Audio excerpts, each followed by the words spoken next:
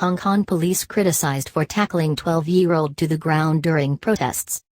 Hong Kong police have come under fire after footage of officers tackling a 12-year-old girl to the ground near a pro-democracy protest went viral. Police say the girl took part in an illegal gathering and officers used minimum force after she ran away in a suspicious manner.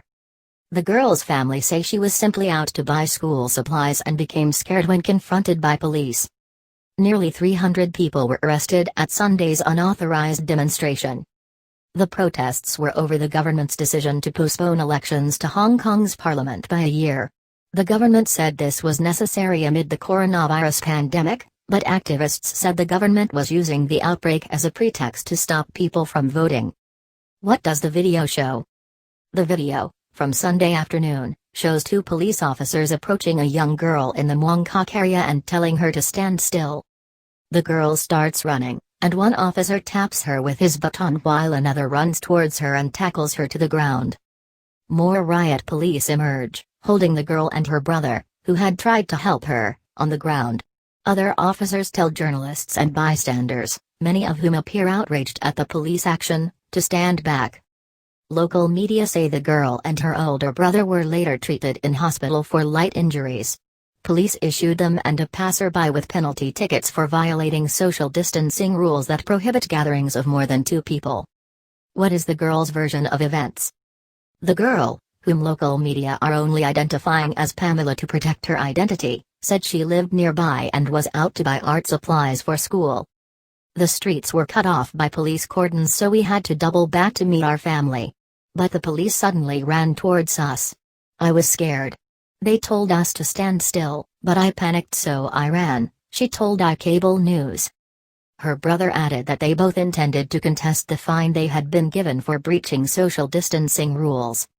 We were just walking by, so there was no reason for the police to come after us, he said. Their mother said she had been out buying groceries with them but went home while they went to look for art supplies.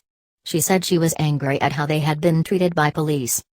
What do Hong Kong police say? In a statement, police said they had been intercepting protesters in Mong Kok who had refused to disperse following warnings to leave. Police said officers had wanted to stop and search the girl, but she suddenly ran away in a suspicious manner. Officers therefore chased and subdued her with use of minimum necessary force. Following an investigation, they determined that she and other protesters at the scene were participating in a prohibited group gathering and breaching coronavirus regulations, so they were given penalty tickets. The police added that they were concerned about youngsters participating in prohibited group gatherings that could endanger their own personal safety, and that they hoped young people would stay away from high-risk protests and avoid putting themselves in danger. Hong Kong saw months of anti-government protests in 2019. The demonstrations were initially about a proposed law that would have allowed extraditions to mainland China. However, the government's response was criticized and police were accused of responding to protests in a heavy-handed manner. The protests, which involved a large number of young activists, soon evolved into a wider pro-democracy movement that also demanded an investigation into alleged police brutality. Several high-profile incidents, including an alleged triad attack on protesters that police were slow to respond to, and violent clashes between protesters and police, led to relations deteriorating further. Thousands of people, including students and children aged between 12 and 15, have been arrested in connection with anti-government protests.